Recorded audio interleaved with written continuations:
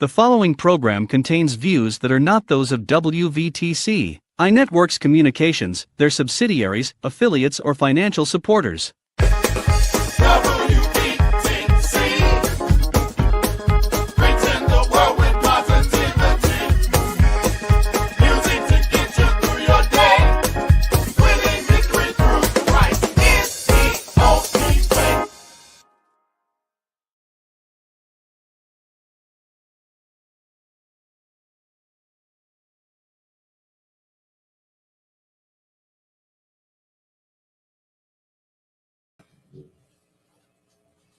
Hi everyone, welcome back to Creating a Christ-Like Mind. It's me, Trinity, and it's me, Kiki.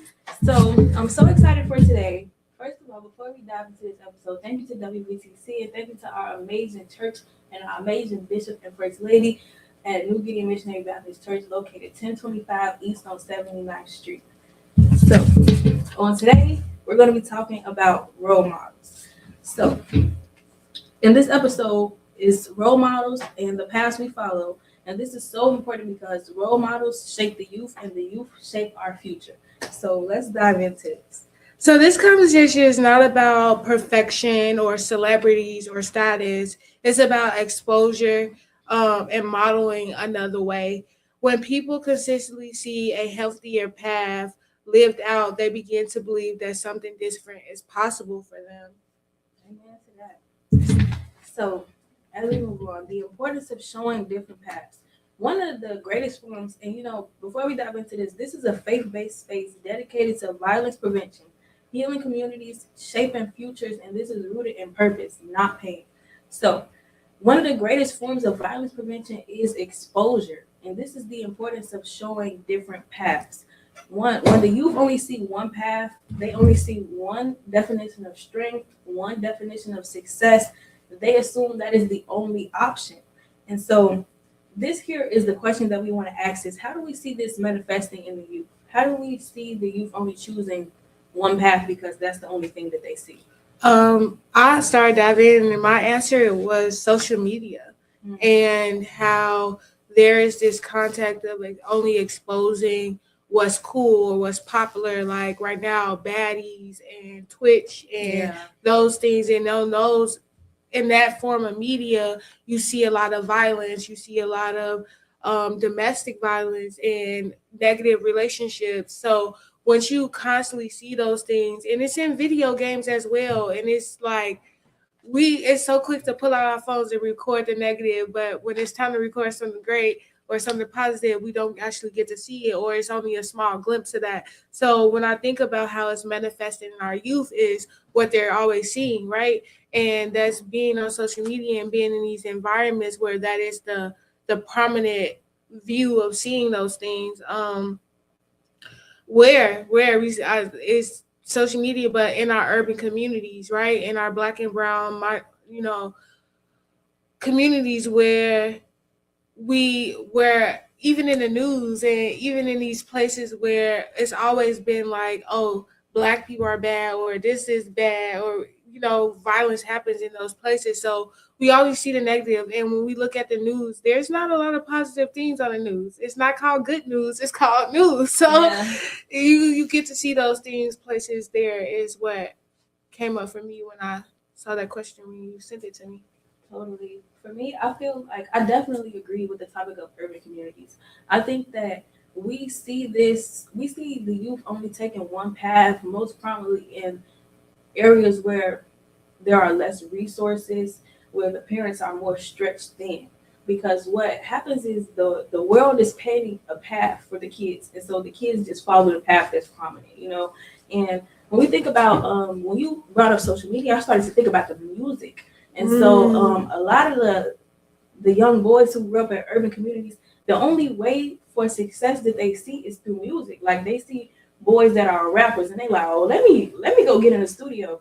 But what a lot of them fail to realize, because a lot of the elders fail to speak about it, is that the people who make it out of these urban communities, they do it with God, And so when we're showing different paths, even that in itself is a path to show. Like, yeah, you can be successful through music, but you're not going to do it through your own power. It's going to be days where you hit your knees and pray, you know. Mm-hmm. And even when I'm thinking back to a previous episode, we talked about G Herbo, and I watched one of his like podcasts where he talked about his relationship with God, but in his music he don't speak about that, you know. So to exposure, like exposing the background of these paths that look successful, but God is literally at the foundation. Yeah, and I love you brought that up too, and it goes back to what we see, right? What is allowed to be screamed and what is broadcast to us, right? Yeah. And when you think about it,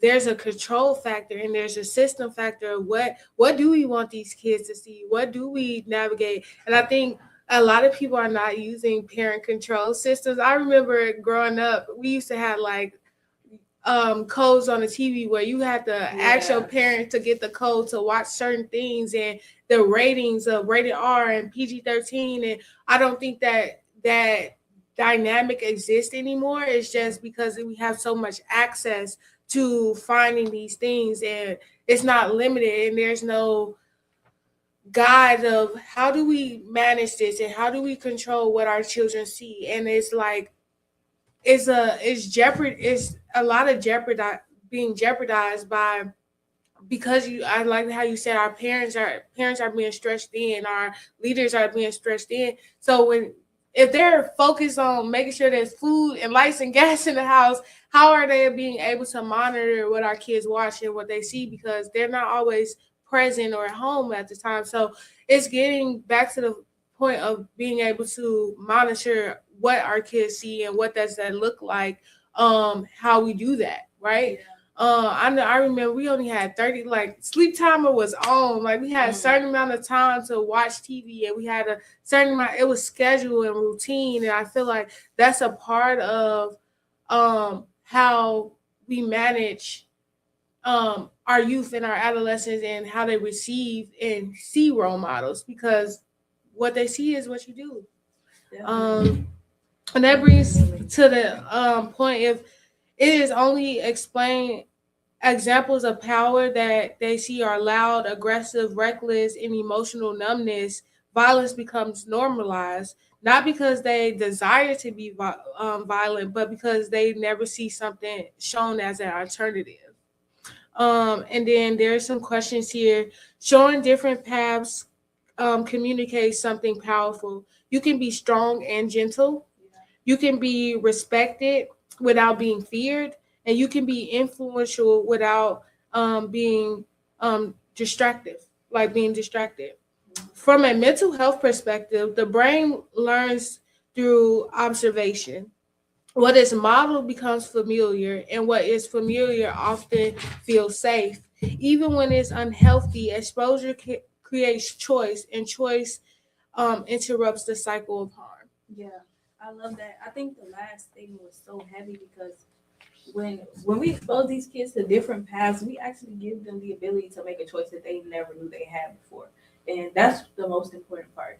A lot of times we think the kids and we judge them like, well, why aren't you doing this? Why aren't you doing this? A lot of them don't know that that's an option for them because they've never seen it. So that point about how exposure creates choice, like that's such a heavy statement. Moving on to our next point, we talk about what role models really are. And a role model isn't someone that's just successful. A role model is someone it's someone whose life answers questions.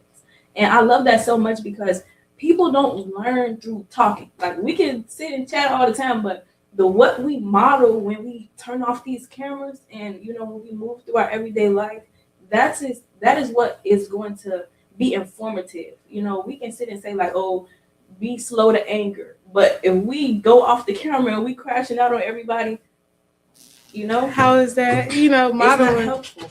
Yeah. And so a role model is someone whose life answers questions. Like the way that you navigate, it should be creating clarity for the people who are observing you.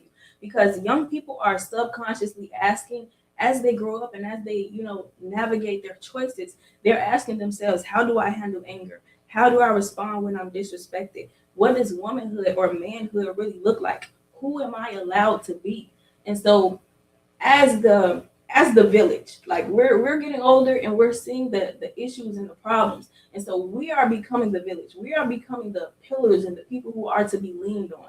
And so when we look at these questions, the way that you choose to navigate this stuff is what's going to leave something behind for the next person who needs a model, who needs to make a choice inside of themselves of how do I handle anger. So um I love this next talking point. Did you have something you want to add right there? Yeah. So role models answer these questions throughout their behaviors, not just their words. As leaders, mentors, parents, and community members, we must be conscious of the way we model what we are creating, even in the hardest days. People are watching how we regulate, how we apologize, how we cover, and how we love. And when I wrote that, I was thinking about how um you gotta show up even when the lights off. Like even when you think nobody's watching, they're watching, and they're not watching to see exactly what you do, but how you do it. And that's my auntie Bonnie used to say that all the time. It's not what you do, it's how you do it. And people watching you, and you have to be able to show up even when you don't think people are watching you. Definitely. So, talking point here is as we navigate being leaders, like you said, we must be conscious of the model we are creating. So, what things do you do intentionally to make sure you are perceived as accurately as possible? I start with prayer. Okay. I think that when you open your eyes in the morning, you give God back his day. Like, I seek thee the kingdom of heaven first, and all things else will follow me. So when I get up in the morning, I'm like, God, this is your day. I give it back to you. Order my steps.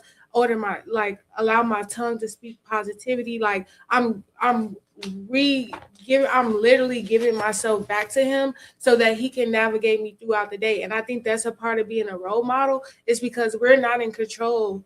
God is. And when we make that the foundation, and the primary goal is what my life should look like, what God wants it to look like, allow it to align with your will and your purpose, then the modeling happens. Because my role model, and we'll talk about this later, is my role model is in scripture, right? I'm navigating through scripture, I'm navigating through the word, being Christ-like. That's just creating the Christ-like mind. So I want my mind to be Christ-like so that I can show up as a role model. And when asking that question, I thought about my role models and how I reflect on them. So I got a little shout out for y'all. But my first role model was my cousin Shuggy. Her name is Venicia. I also want to answer Okay, cool. Go ahead. Sorry. So like when I think about navigating things intentionally to make sure that you are, reflecting a good model. Like you said, I definitely agree with you about giving the day back to God and allowing him to navigate you. But I also think about creating intimacy in my relationships to let people know that this is a safe space and, a safe place that you can confide in. I'm a person that what's the word I'm looking for?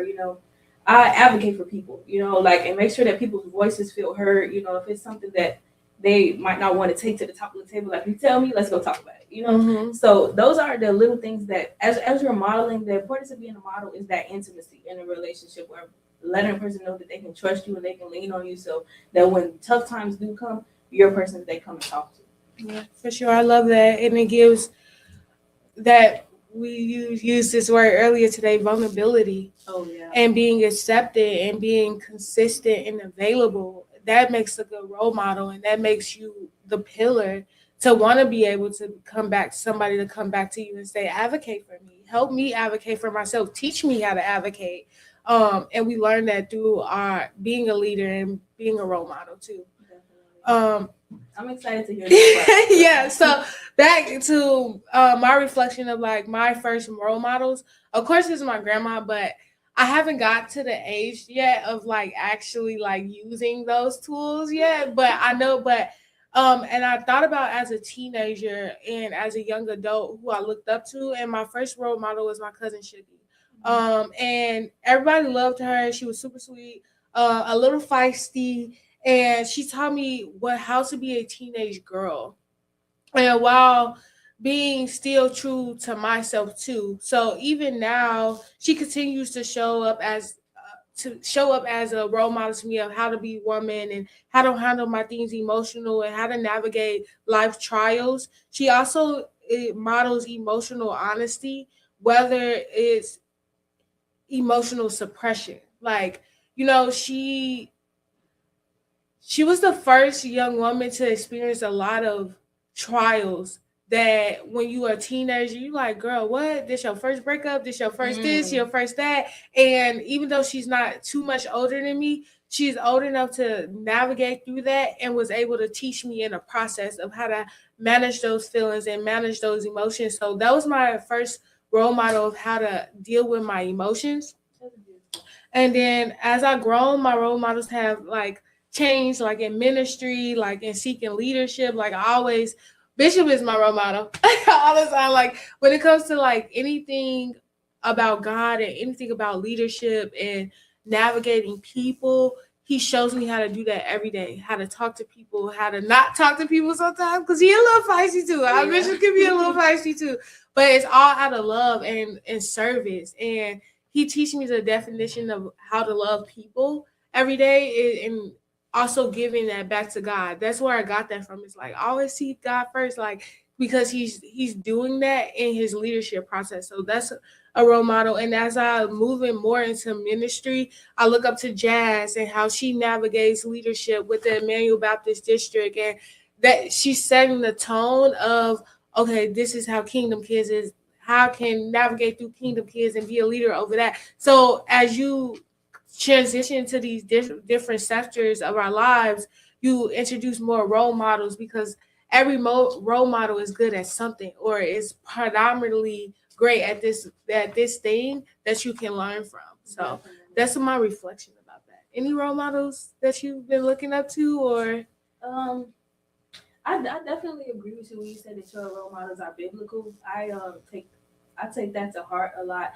I think that the path that I'm walking, I'm kind of like pulling it out of my head, if that makes sense. Like I don't feel like I've really seen someone go ahead of me in the way that I'm walking because of the variety of the things that I do. Like I'm 19, I trade stocks, I run a clothing brand. I'm also getting called to ministry. And so I don't really feel like I've seen someone walk this path. And like you said, there are people who are great at things. So, in particular areas, I definitely pull from people, but I feel like with a lot of my walk, I'm just like pulling it out of my head. Yeah.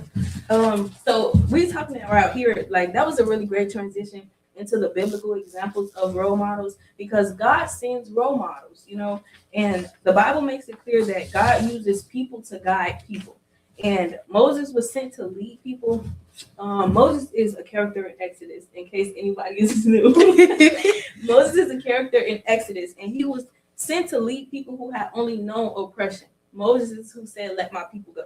So to experience freedom, it was mandatory that they trust God, and they needed faith and trust.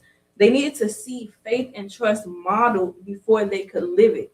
And so Moses modeled this. How did Moses model this? He was a person who had his own insecurities, but he put that aside to answer the call that God was calling him to. So that's what it looks like to be a role model. And also, David was a shepherd before he was a king. This showed that leadership doesn't start with power, but it starts with responsibility.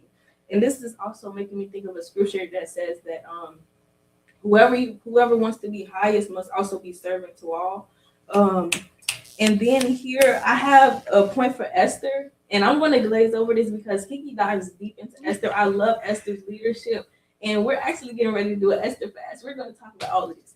But so Esther, what I love about her is that she modeled courage for people who learn silence as survival. And so she spoke out against the genocide of the Jews. And so with her breaking silence, she saved people.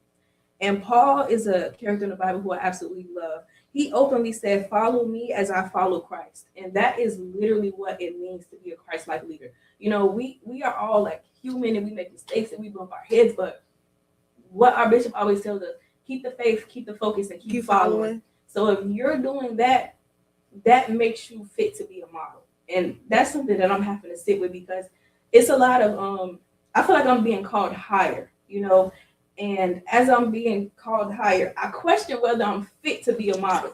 But what I'm learning about God is that none of us is fit to be a model. You're going to be fit to be a model because of what He told you to do and your obedience to it. That's it. It's nothing that you can do that can make you more fit to do what God is calling you to do other than obey Him. That's it. And so that's something heavy that I'm having to still with. And I absolutely love Paul because he says, follow me as I follow Christ. That's the charge. And as I close this up, God didn't just give commandments, He gave examples. So in the Bible, there are people that you can study and analyze how they interacted with Christ, analyze how they interacted with other people, analyze how they asked God questions. We don't talk, everybody don't want to talk about that, the fact that you can't ask God questions when you don't understand. You just, it's a heart posture that you must hold to do that, though. And as Jesus came to earth, He was literally the ultimate role model. He showed us how to respond without violence, how to stand firm without domination, and how to, wow, that's so good, as I said out loud, how to stand firm without domination. I think a lot of times leaders don't know how to make space for other people. Like Jesus, He was not here to dominate. He was here to lead and teach you. And oh my Lord, like follow Him. This is not a monarchy. Yes, like not a dictatorship. Not a dictatorship. And as we think about that, and like last week we talked about leadership and the hierarchies and being a pillar of the community, that's just the foundation of where we are going, right? And we have to be able to follow Christ and follow Jesus to make sure that we're leading people to righteousness. Because like we said, there's negative role models and there's negative things that's out here that's leading you a path to the enemy. So you have to have discernment as a role model as well. So even in that, like if you following Jesus, if that person is following and modeling Jesus Christ, that's what you need to be doing. Yes, I love that you said that because you brought up something for me that it came up last night as I was writing all this. There are a lot of people who want to step into those role model positions because they want to fill the gap of what they see happening. But truth be told, what makes you fit to be a model is God. Like, it's not your own wisdom. It's not your own experiences. It's not what you can learn. It's not what you've been seeing. It's the fact that people can follow you as you follow Christ. That's it. That's the only thing that makes you fit to be a model. I don't even know who that was for, but Amen. I think that as we do ministry, a big part of it is to raise people's level of conviction. That's something that happens to me every time I crack open the Bible. Yes. Okay. I want to close out this part real quick. Is the big thing that Jesus taught us also was how to love without losing authority.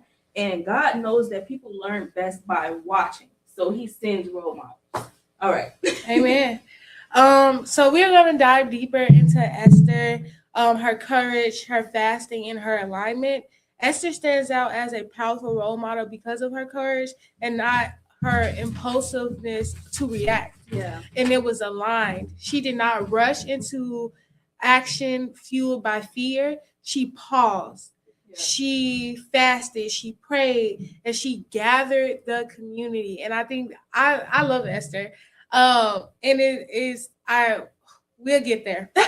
But before Esther ever spoke to the king, she understood that inner alignment must come before outward courage.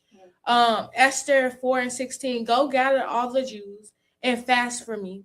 Do not eat or drink for 3 days, day or night. I and my attendants will fast as you do.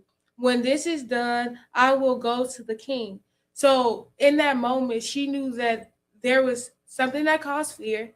There was something that needed her courage, but she didn't go out and just immediately do things. And I think as a role model and as a leader, we see issues and problems and things that we want to change, right? And we immediately want to hop on it. Like, let's lock in, let's do it, right? But she paused and she took it to God. And fasting, we know it's fasting and praying. It's not just stopping eating and drinking. It's literally I'm fasting and praying. I'm listening for God's words. I'm trying to hear something. I'm getting clarity so that I know how to use my courage and be bold and courageous to get the job done, right? And Esther shows us this. And Esther was facing possible death.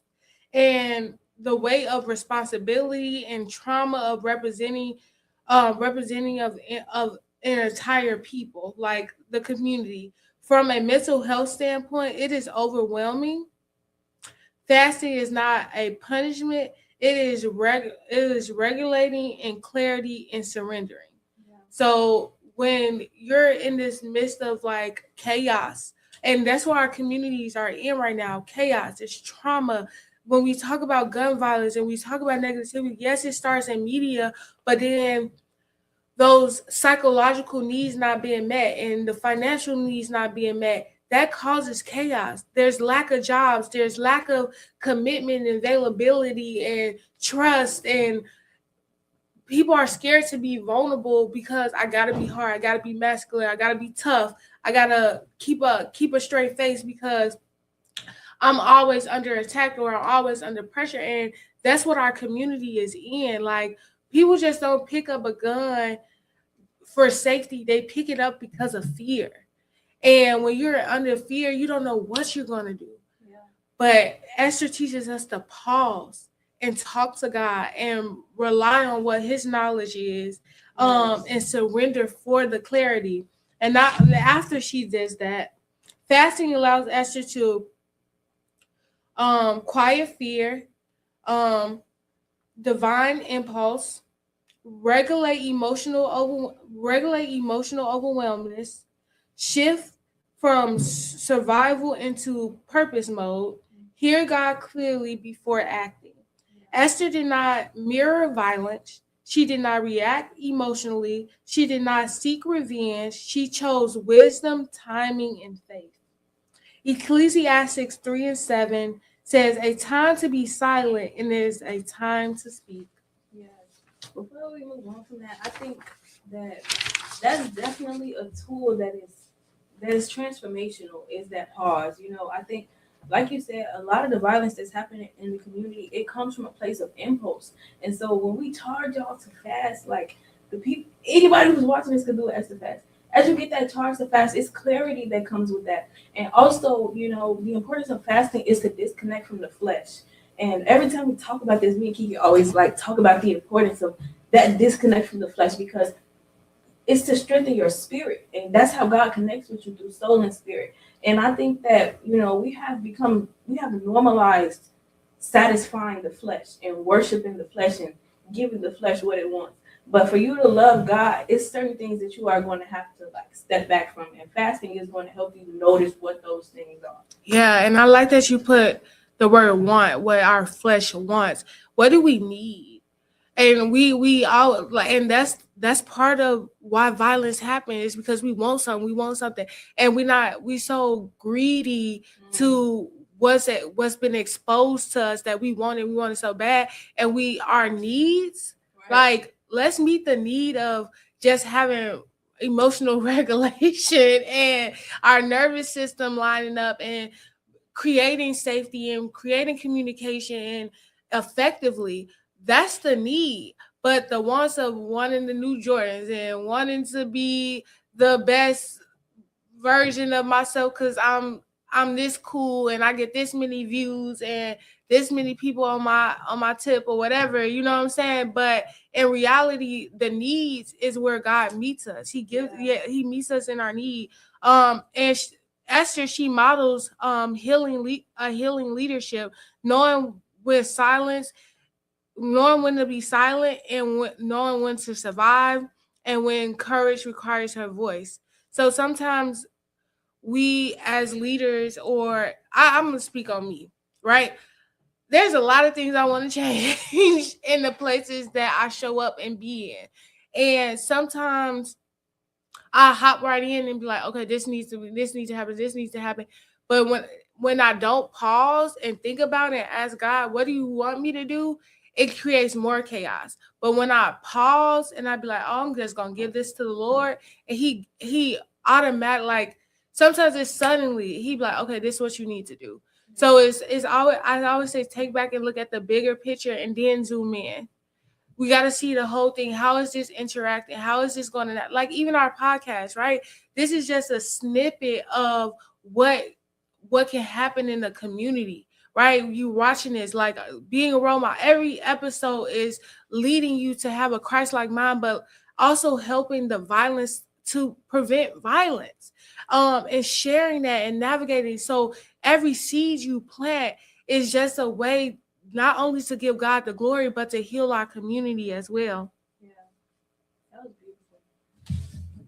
Very heavy statement. And so as we keep moving forward, how the lack of positive role models normalizes violence is our next point. And because violence doesn't always start as cruelty, oftentimes it starts as the normalization of non-Christ-like behaviors. What does that mean? This looks like normalizing being fast to anger. And you know that those it's the little things that are going to lead to those big behaviors of violence, because this is something we've talked about in previous episodes. Like these kids that go and pick up the gun, that's not the first like sign. Like that's a there were precursors. There were things that happened before that. And so if anger is the only emotion model, anger becomes a language. If aggression is rewarded, aggression becomes identity. If silence is survival, then emotional shutdown looks like strength. And so a lot of these kids that struggle with that are struggling with letting go of certain like strongholds, like when I think about kids who struggle with addiction and stuff like that, it's suppressing this. Like this is what's being suppressed. They come from environments where anger is the only emotion model. Nobody has ever shown them vulnerability for them to know that that is safe and for them to know what it looks like. And aggression is something that's obviously shown, and nobody shows them an alternative. And that's even like diving into the importance of role models. We gotta start showing them an alternative. And so without healthy examples, these kinds of behaviors, they stop looking extreme and start looking normal. And this is why communities without visible, consistent role models often struggle. Not because people are bad, but because they're imitating what they've seen work. And that was, oh my gosh, like that. Oh, that's scary. That's scary, and though. This is actually a talking point here. Like, what is an example of a behavior that's not generally Christ-like, but it has been normalized as communities are doing what they have seen work? Manipulation. Elaborate. So when I think about manipulation in our community is provide, like, we know that the end goal is maybe the house, the car, the nice things, but we use drugs and gangs and all these things to get it, right? And it's been a systematic issue, like it crack in the 80s, right? You know what I'm saying? That was the big thing, but the government used that too. Now we can police more, and we can do. It's a manipulation tactic to still put people prison school the pipeline, prison the pipeline, school. Like, you're gonna go to school. This is the way how school is set up. All these things is manipulating the mind to believe and have control over how the system navigates people, like food stamps and all these things that keeps us in a box, not expanding, not making sure that we have limitless thought process. So it's a manipulation and control issue that is successful in one way, right? Like, you could get your food, you could get your healthcare and things like that. And some people grow from it or transition out of public aid and things like that. But some people are hundreds and years old still on public aid because it trapped them. And saying that both we talked about this on the other episode too, is when there's a 2-parent household versus a single parent household, and a male can't be in the household because they can't get government assistance for it. That's a manipulation tactic to say that your family isn't stable, right? And it continues to drop different seeds. It works for the government system, but then we suffer at the end. It's a tactic of oppression that keeps constantly happening. I hope I understand. I know that was a lot of word vomit, but it makes sense in the way of, like, it's a system issue, and it's always been a system issue.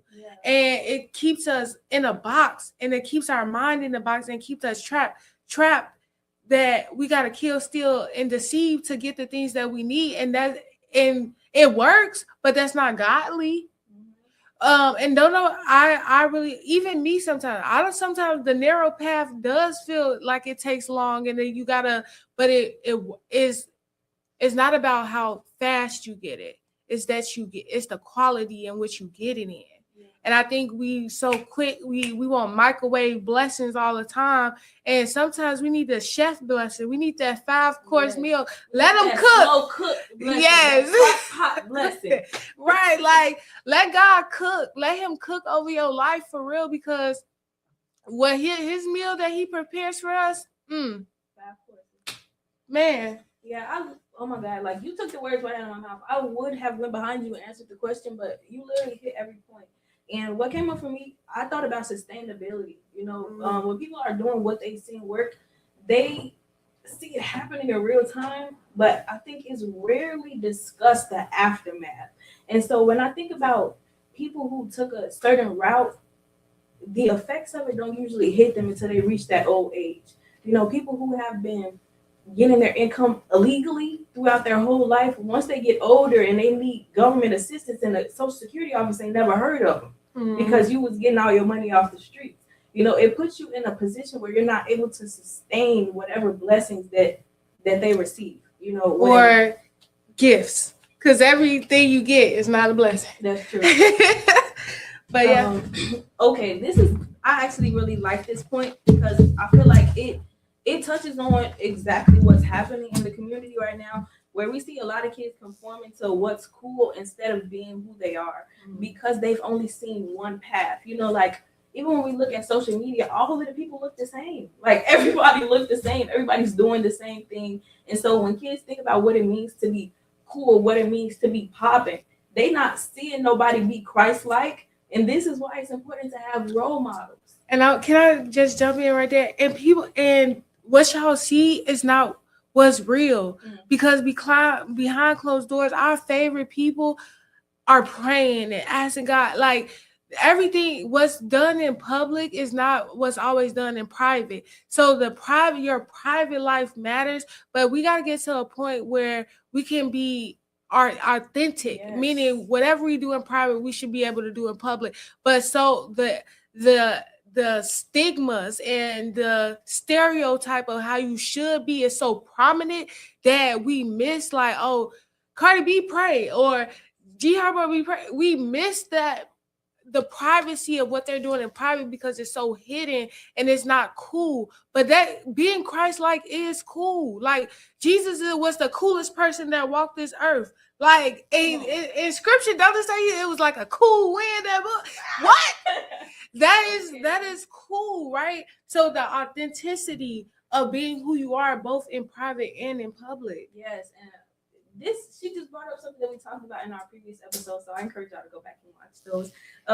So a lot of times what we see young men and women don't see themselves reflected in healthy role models, so they default to what's visible.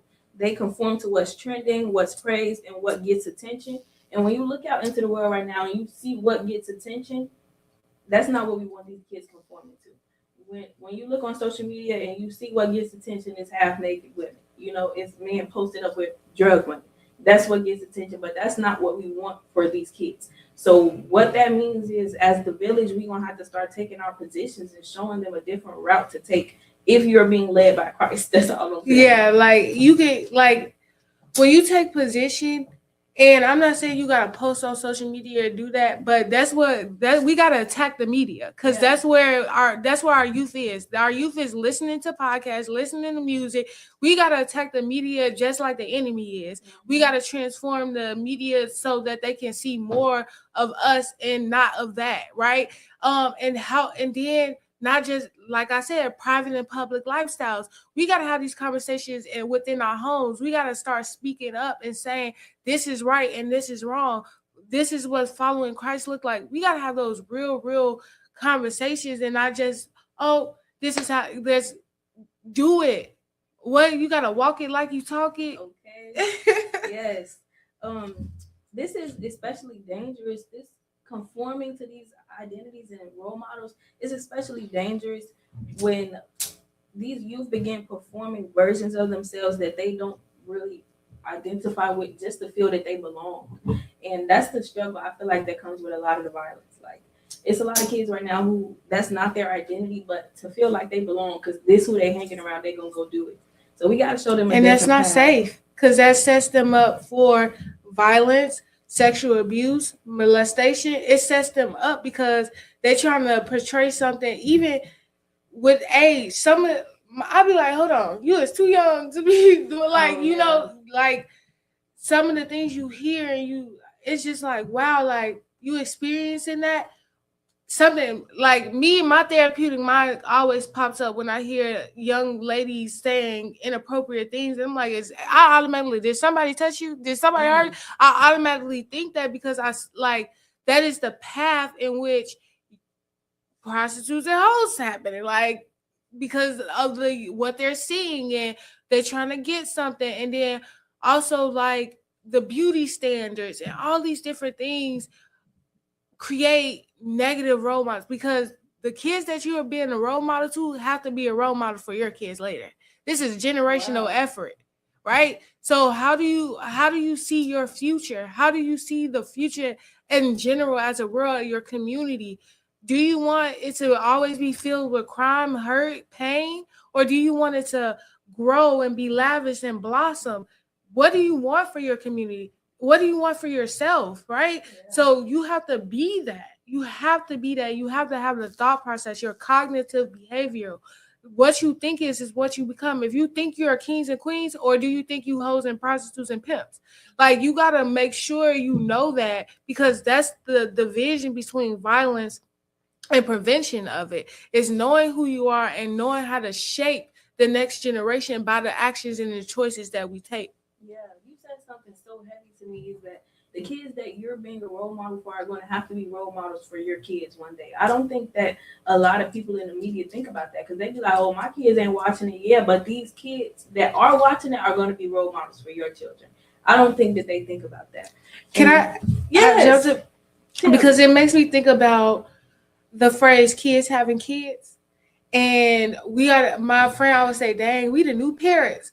And I be like, but how are we going to, and we always try to fight to be better than our old parents. But some of the things that I was raised by my grandma majority of the time, so I might be different than a lot of people. But because I had that role model to set rules and regulations and routines and family meals and things, that, and I said this on Facebook yesterday, is we need to bring back vacation and Bible study, because those are the places where I learned who my role models was. I learned how to dress appropriate and talk with confidence and look up to people. Those are the spaces in which was created for me, that I was able to have role models who were emotionally regulated and things of that nature. So we have to really be proactive when we set up our next generation, because kids are raising kids, and we so angry at the things our parents didn't. And this is real talk. Like, this is the touch my garment era right now. It's like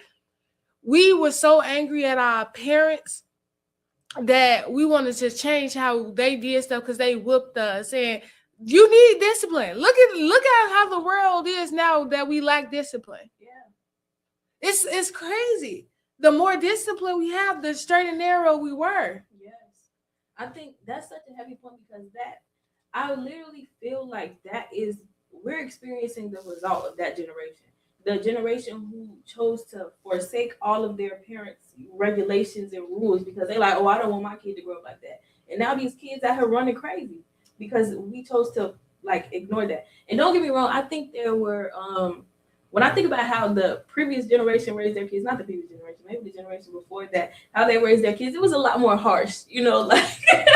I mean, yes, maybe just a little. And I'm not saying can't get a DCFS call. I'm not saying that. I'm saying like discipline is seeking wisdom, being punctual and prepared, listening active, communicating effective. Those things are discipline.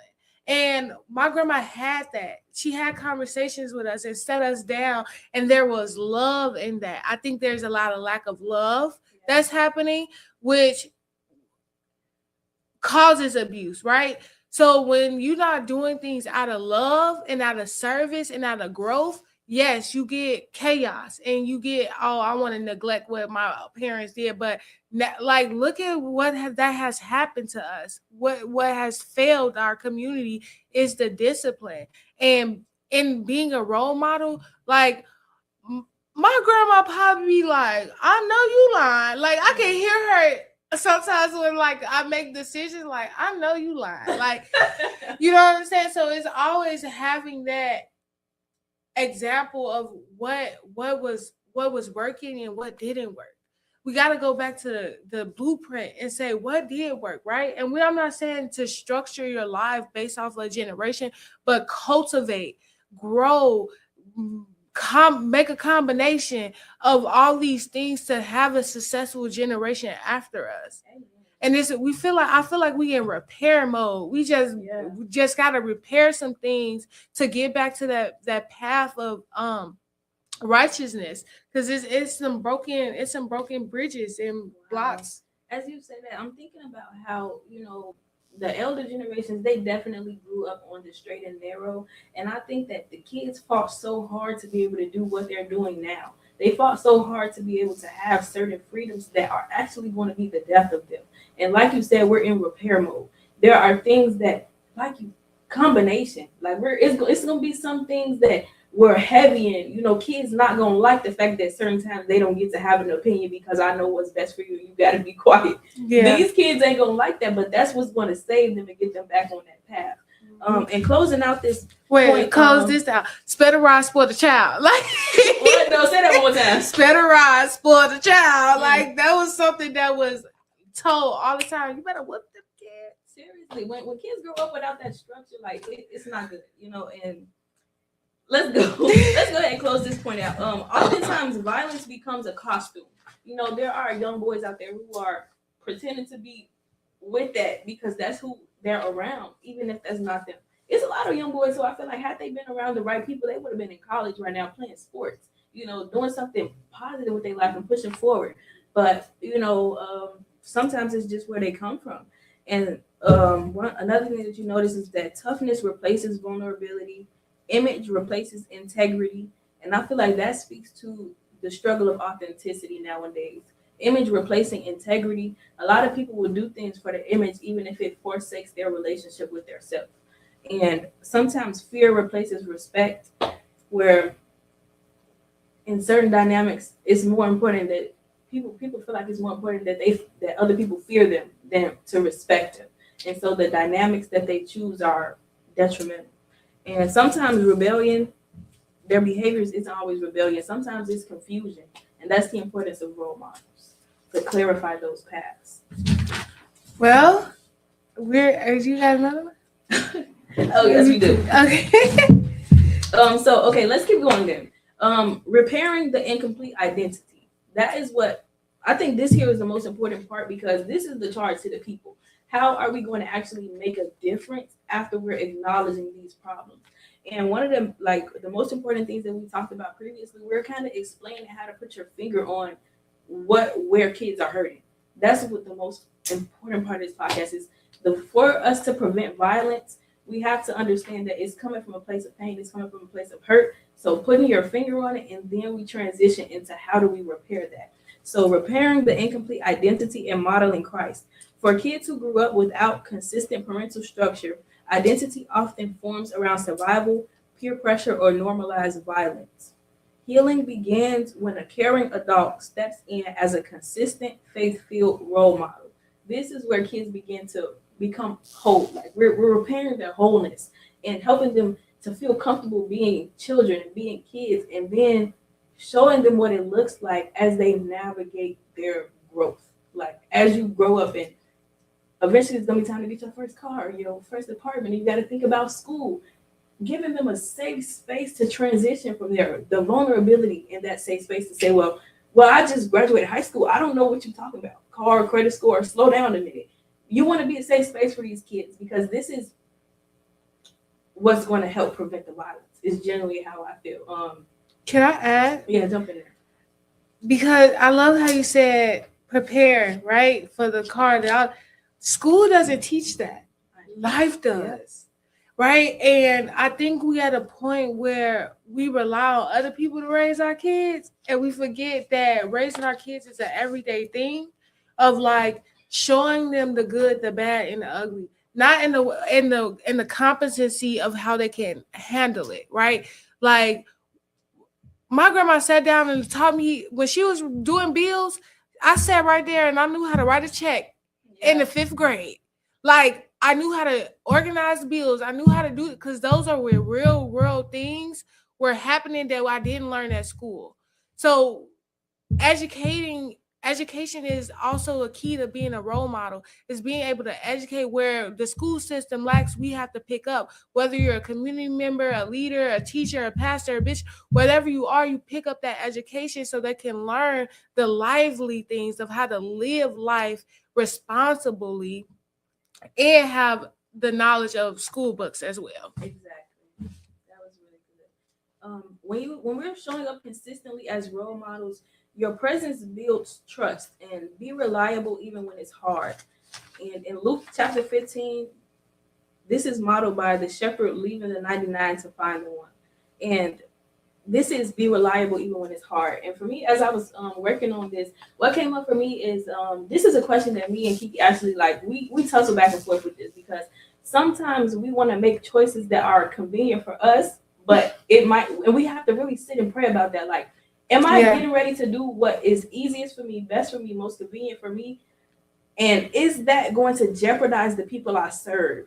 That's a question. Like, once you're stepping into leadership, it's not just about you because you're modeling a behavior for Christ. And so if God will leave the 99 to save the one, sometimes you're gonna have to say, forget what I want and go get that one. Okay.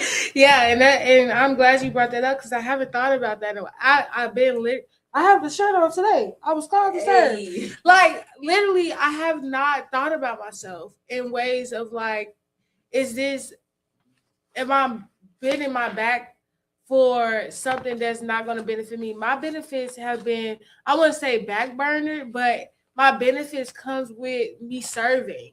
And I get more joy from it. And I see that what my works is not just my works, is God's works. And that work is going to bless my community. It's going to bless my church. It's going to bless my family. If I keep doing my endurance is doing that. And I am called to serve. And my service is my love. And we have to do things in a posture of love. Yes.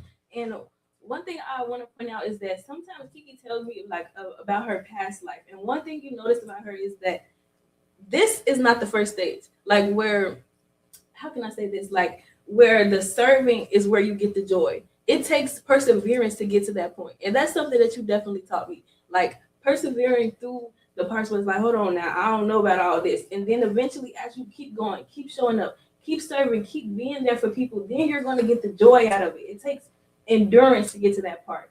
At the beginning, I feel like it's going to be tons of instances where you're like, I don't know about this. Like, what? I need no check at the end of this week.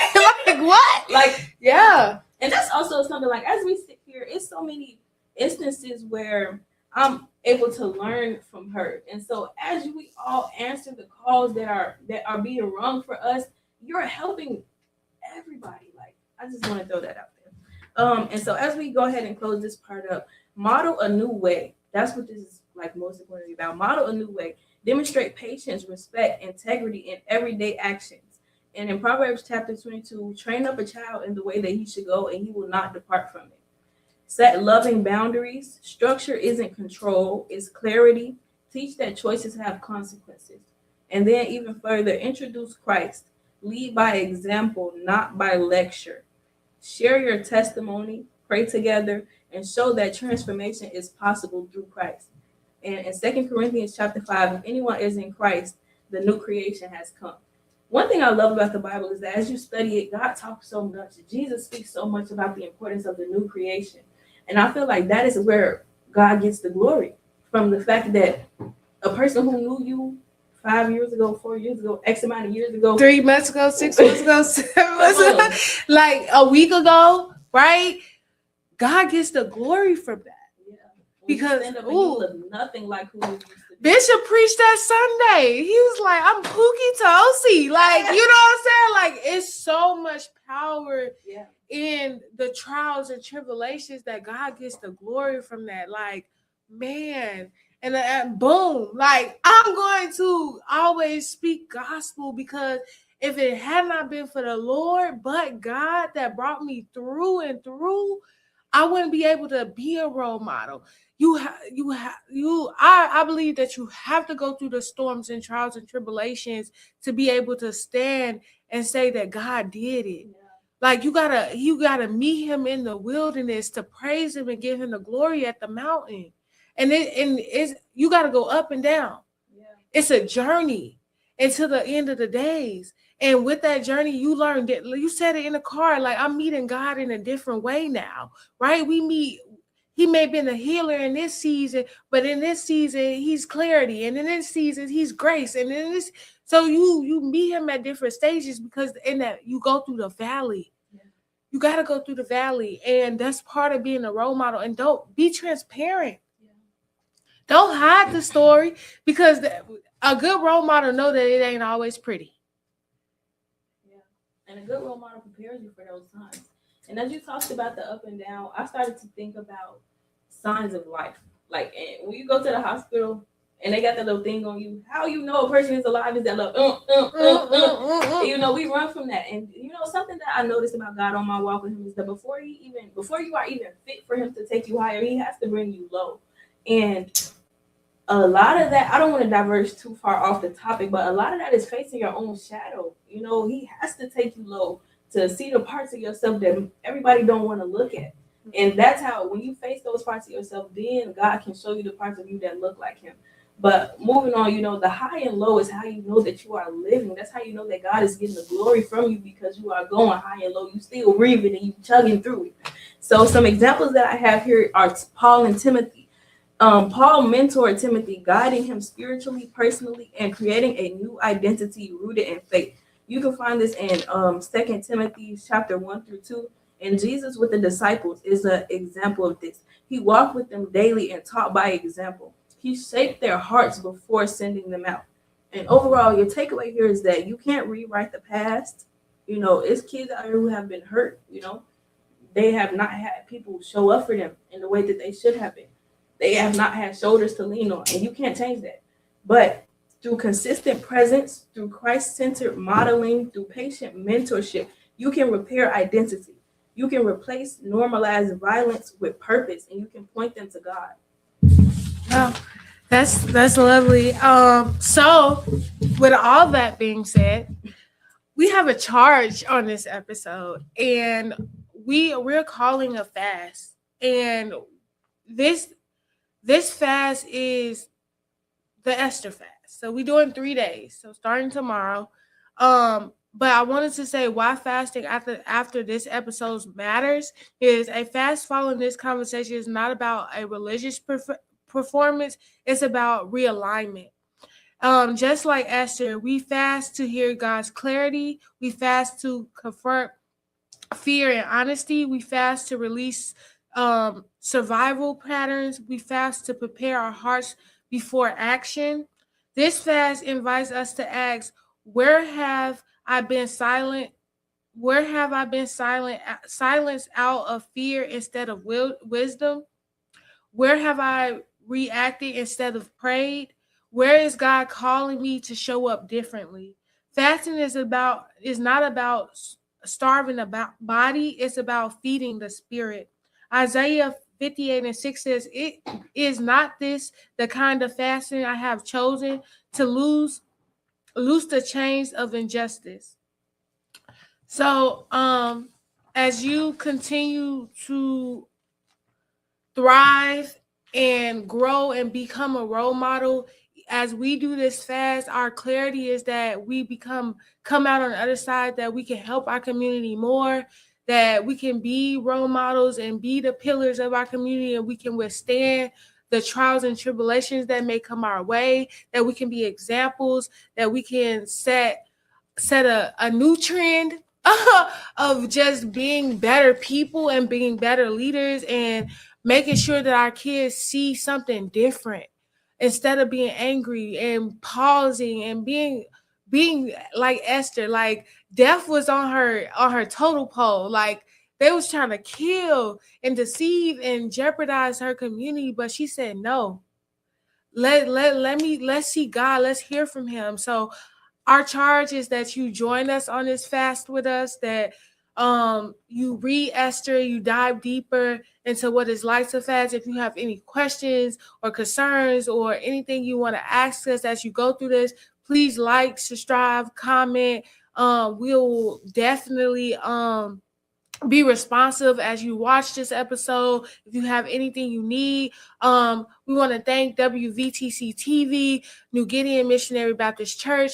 We also have events coming up. Oh, we want a huge shout out to our Kingdom Kid, Katara. She got a 4.42 GPA. We are so proud of you. Keep going. Be the role model, because you are definitely exceeding and doing abundantly things. So we just shout out you. We also have our women's wellness event that's coming up Saturday, February 7th. Please, if you have not RSVP'd, if you not have let us know that you're coming, please let us know, because this event is going to set the tone for the year.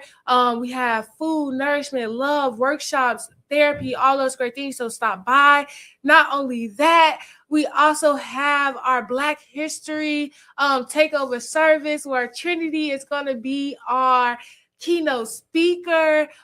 This is going to be an amazing Sunday service. It starts at 10:30 right at New Gideon Missionary Baptist Church, where our bishop is none other than Bishop O.C. Dockery. Please stop by. We have praise dancers, faith, family, and so much more. So please join us for these amazing events that's coming up. And we thank you for tuning in. And you want to give us our last reflection? Let's do a last closing reflection to remind you guys that violence prevention doesn't start with punishment. It starts with presence. It starts with showing up. It starts with modeling another way. It starts with being the example someone needs to see. And if God consistently sent role models to guide his people, then maybe part of our charge today is being the role model we once needed. Because when the path changes, so does the outcome. That's what I got for y'all. Thank you guys so much for watching. Comment any questions that you have. We're responsive. We want to hear from y'all, and we cannot wait to see y'all next week.